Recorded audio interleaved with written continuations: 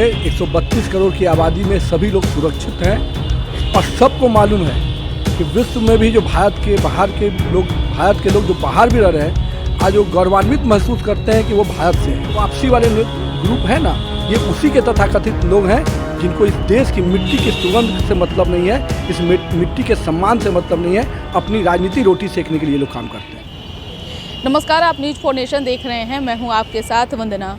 राजद के वरिष्ठ नेता अब्दुल बारी सिद्दीकी को देश का माहौल सही नहीं लगता है। जिस तरह से उन्होंने बयान दिया, उसके बाद से बिहार की सियासत गरमाई हुई है। इसी क्रम में बीजेपी के विधायक और बिहार सरकार में पूर्व मंत्री नितिन नवीन से मीडियाकर्मी ने जब सवाल किया है तो क्या कुछ उनका कहना है, पहले आप वो सुने। देश का माहौल सही नहीं है, अपने बच्चों को सिखा रहे हैं कि आप विदेशों में ही सेटल हो जाइए। दुर्भाग्य है, हमारे वरिष्ठ नेता हैं और हम लोगों ने कई चीज़ें उनसे सीखी हैं, पर कहीं ना कहीं जिस तरह का बयान आज वो दे रहे हैं, वो दिख रहा है कि 40 साल जिस देश और राज्य ने की जनता ने आपको चुना, आज आप उस देश पर ही सवाल उठा रहे हैं। इस देश का मिट्टी ने जिसको आपको इस मुकाम तक पहुंचाया, उसको आप बदनाम कर रहे हैं। आज देश में 132 करोड़ की आबादी में सभी लोग सुरक्षित हैं और सबको मालूम है कि विश्व में भी जो भारत के लोग जो बाहर भी रह रहे हैं, आज वो गौरवान्वित महसूस करते हैं कि वो भारत से हैं। एक समय था जब इन लोग की सरकारें रही तो देश के बाहर के लोग अपमानित महसूस करते थे। आज देश का वर्चस्व और देश का नाम बढ़ा है, लेकिन इन लोग को इसकी भी सुकून नहीं मिल रहा है।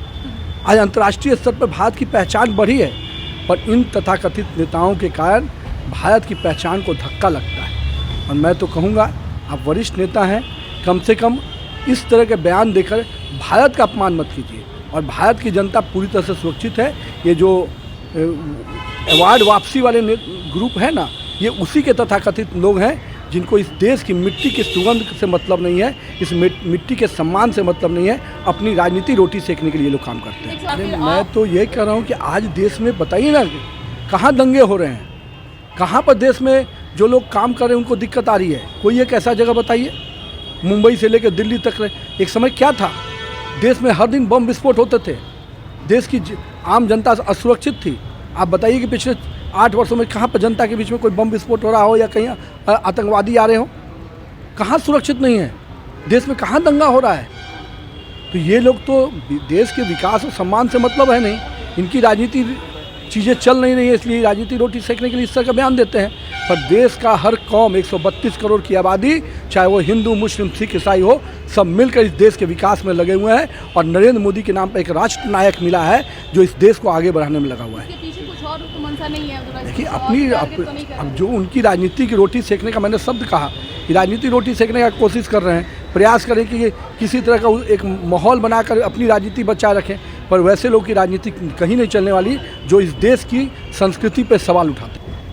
तो सुना आपने कि क्या कुछ कहा। नितिन नवीन ने साफ तौर पे कहा कि देश का माहौल एकदम सही है। जब से देश के प्रधानमंत्री नरेंद्र मोदी बने हैं, तब से किसी प्रकार का कोई दंगाई नहीं हुआ है, कोई ऐसा हिंसा नहीं हुआ है। फिर भी क्यों अब्दुल बारी सिद्दीकी को ऐसा लगता है, यह तो वही बताएंगे।